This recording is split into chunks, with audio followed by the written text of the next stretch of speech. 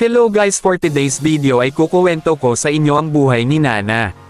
Sa mundong ng Mobile Legends, isang pambihirang mandirigma ang nagngangalang Nana. Siya ay isang dalagang may kakaibang kapangyarihan, ang kakayahang kontrolin at manipulahin ang mga espesyal na hayop, lalo na ang kanyang mga tuta. Nana ay isang mahiwagang alagad ng kaharian ng buwan.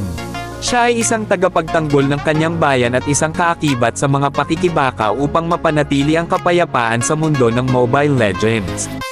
Sa kabila ng kanyang maliit na anyo, ang kanyang tapang at husay sa pakikipaglaban ay nagbibigay inspirasyon sa kanyang mga kasamahan sa laban.